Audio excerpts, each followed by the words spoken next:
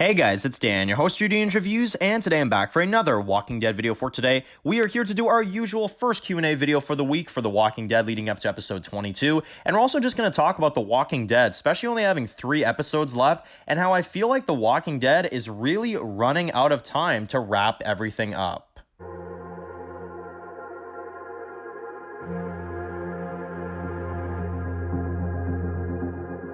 Alright guys, this one's going to be doing a review of today. This one's going to be doing a review for The Walking Dead. We are here to do our first Q&A video leading up to episode 22 of The Walking Dead and leaving off after episode 21. Wanted to go through some comments for today, at least a few of them I grabbed from you guys. We will be doing another Q&A video for the main show probably later on this week, so if you have any others to add to this video, now's a good time to comment them and leave them down below, because we will do another Q&A video later on this week. So, let's get into this Q&A for today. Now, I really am surprised with the reaction that episode 21 got. I'm very surprised because, as you guys know, I thought episode 21 was probably the best work they've honestly done for 11C. Let alone just recent Walking Dead. I think episode 21 was absolutely stellar, to be honest. I thought episode 21 was a really darn good episode, and boy oh boy.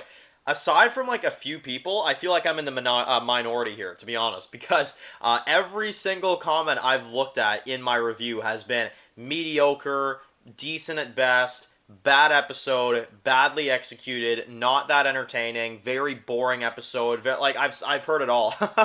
I've heard it all, and very little compliments. Like very little compliments. So I don't know. Very surprised about the reaction to this episode. I'm honestly kind of sad that it didn't do so well because I thought episode 21 was, again, I feel like what they did in that episode was absolutely amazing. So I don't know.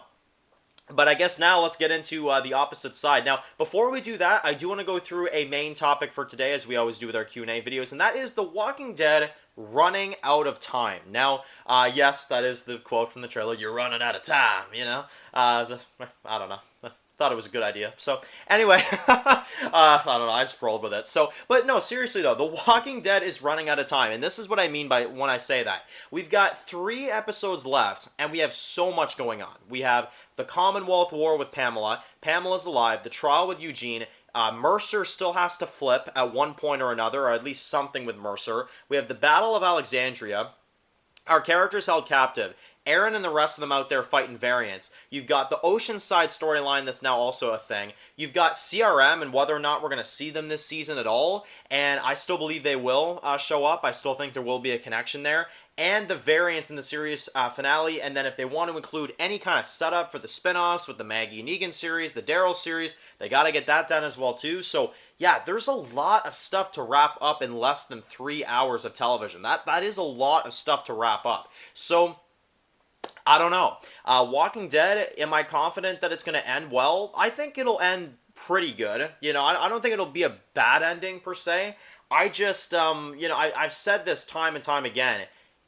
It is just a setup for these spinoffs, you know, and I know a lot of people always say, like, Dan, you got to remember, Gimple said, like, the ending of The Walking Dead will not have any kind of major impact on the spinoffs and the setup and all that stuff. I'm sorry, guys, honestly, but I have to call bullshit. Now I do have to call bullshit because we have 3 episodes remaining, and look at all the stuff we have left, right?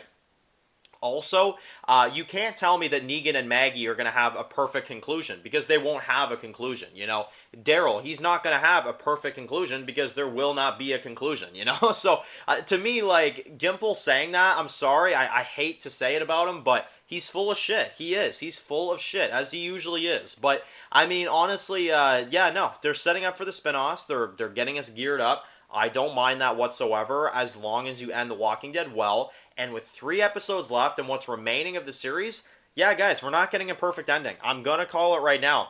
And you can call me nuts all you want, but I tell you one thing right now, 3 weeks from now, I have a feeling this comment is going to age very well. So, I don't know. We'll see. We'll see what they do. I think the ending of The Walking Dead, as I've said before, I think it'll be good, but I don't think it'll be great. I really don't. I don't think it's going to be great. Now, let's get into our first comment for today from Tyler, who goes into the Pamela character, and whether or not I think that Pamela will be a main huge villain, or do you think they're going to kind of tame her down, maybe even, a redemption of some sort. So, yeah, Pamela, I definitely think is going to remain evil. I think she will get more screen time. I think we'll see more of her. However, I think she will be killed in either 23 or 24, which, as I've said before as well, too, I just wish that Lance was the final villain. I feel like Josh Hamilton and that actor really was just a better character overall, and it's something they did in the comics, and unfortunately they're doing this in the show too, which is calling Pamela the governor all the time. The governor, the governor, the governor, the governor. And I'm like, look, I know what a real governor is, okay? The governor is David Morrissey, damn it. That's the real governor. That's the scary governor, And I don't find this angry, mad, rogue politician to be scary. I really don't. And, I really don't feel like The Walking Dead has landed with their final villain. I really don't think they have. We've had Pope, we've had Leah, we've had all this shit. And as soon as Lance starts to become a character that's really, really interesting, really, really good character, they kill him off too, just to throw in a politician as the main villain. And 11B did not build up her villain arc at all. And that's one of the biggest things. 11B, I didn't get a shit amount of, at all kind of expectations that Pamela was going to be our final villain. They didn't set shit up in 11B that Pamela would be our final threat. And 11C, all of a sudden, Lance is thrown into a cell. Oh, no, she's the evil one. Oh, no, she's coming after her crew. What? I don't know. That, to me, 11C, if there has to be one big flaw with the half season, to me it's the villains. To me it's how they've handled the villain. The choices of the final villain I think has really been weak, and honestly I just don't think Pamela is an intriguing villain. I don't think she's a scary villain. When I look at her and I see the wig, for God's sakes, which, if you didn't know, yes, the actress for Pamela does wear a wig. So there is that added to it as well, too. I know that doesn't matter too much, but I can't get that off my mind. Because if you don't know, she's in a series called The Boys on Amazon Prime, and she has long hair in that show. So that's kind of how I know that. It's kind of funny when you think about it. But I don't know. Pamela's just not scary. I mean, I would love to hear from you guys. Do you think Pamela's intimidating? Do you think Pamela's scary? Because all I see is a politician calling herself the governor when she's not even half as good as the first governor in this show.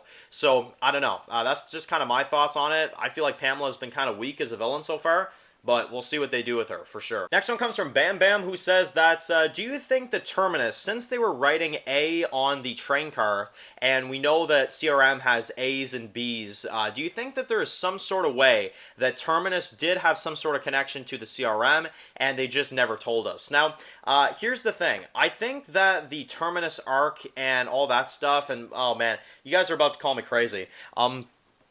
I don't think that CRM was a planned thing back in Terminus. I really don't. And I know that's a long shot to say, but I don't think CRM was planned during the Terminus arc. I really don't think so.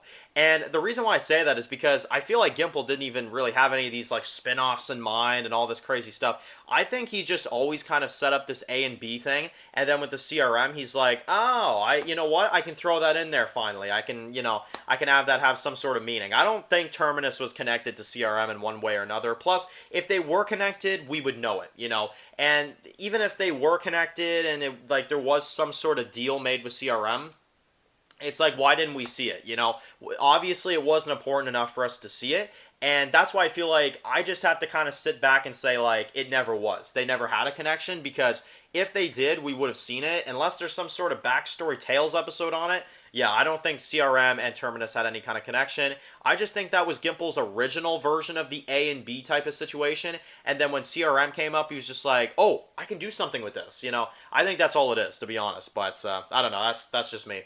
Next one comes from, oh man, next one comes from L, who says, where is Virgil? So, exactly, where is Virgil? That's a very good question. The last time we saw Virgil, we saw him wrapped up in his little blankie and saying that he didn't know where Michonne went, even though he full well knows exactly where she's going and who she's going after. So that kind of makes no sense. But yeah, Virgil, What a useless character in this final season. Seriously. He helps Connie out, and then the man just disappears. So, unless we see him in 22, yeah, I think Virgil just might be a write-off. He might just not even be in the show anymore, or if he is, he'll just briefly show up. I don't think Virgil will have anything of importance in these final 3 episodes, which kind of makes me wonder why he didn't just die in episode 6. Don't you guys feel like it would have made more sense if Virgil just kind of sacrificed himself for Connie, had a heroic death, instead of dragging this guy on just to have him snuggled up in his little blankie? Like, unless he reveals something about Rick, yeah, I don't feel like Virgil had any kind of importance to this final season at all. I feel like you could have actually killed him in episode 6. I feel like that would have been good for him. But again, we'll see. Maybe he will show up, and maybe we'll see something. It's hard to tell. And then the last one I want to go through, this is a really good theory from Lisa. Maybe Oceanside is at Alexandria too. Maybe Oceanside is also forced to do like work and all that stuff for them, and they're slaves just like Ezekiel and the rest. Now, yeah, honestly, at that point, I hate to say it, guys, I think I'm changing my prediction on Oceanside, because like, Lance is dead, so what does it matter? It's not exactly going to be a good villain moment for him. So, and Oceanside as a group, I mean, if they're dead now, it'll be like, okay, well, Lance is dead too, so who gives a shit, you know? I don't know, but I feel like Oceanside, the reason they haven't shown it to us by this point is because if they were dead, they would have just shown us, right? They would have just shown us, that's just what it would be, and that would be the end of it. So, yeah, I could see a scenario where Oceanside is slaves as well too, like Ezekiel and the rest, yeah. Makes a lot of sense to me. And honestly, I think that's anticlimactic, to be honest. I mean, Oceanside, the fact they've survived until the end of The Walking Dead, man, that's insane. So, anyway, I would love to hear some updated thoughts from you guys on episode 21. What are your kind of updated thoughts on it after a couple days? Make sure to leave some more Q&A comments, because we will do another one later on this week. But I thank you all so much for watching this video. And of course, if you're new to the channel and you like this video and you haven't seen my channel before, make sure to click the subscribe button so you don't miss any other videos for The Walking Dead. Make sure to also follow me on Dan's The Walking Dead reviews on Instagram, guys. And of course, I'll see you guys really soon for more Walking Dead videos. Enjoy the rest of your day, guys, and peace out. I've heard stories. Walkers that can climb walls and open doors. I was never sure if they were just stories.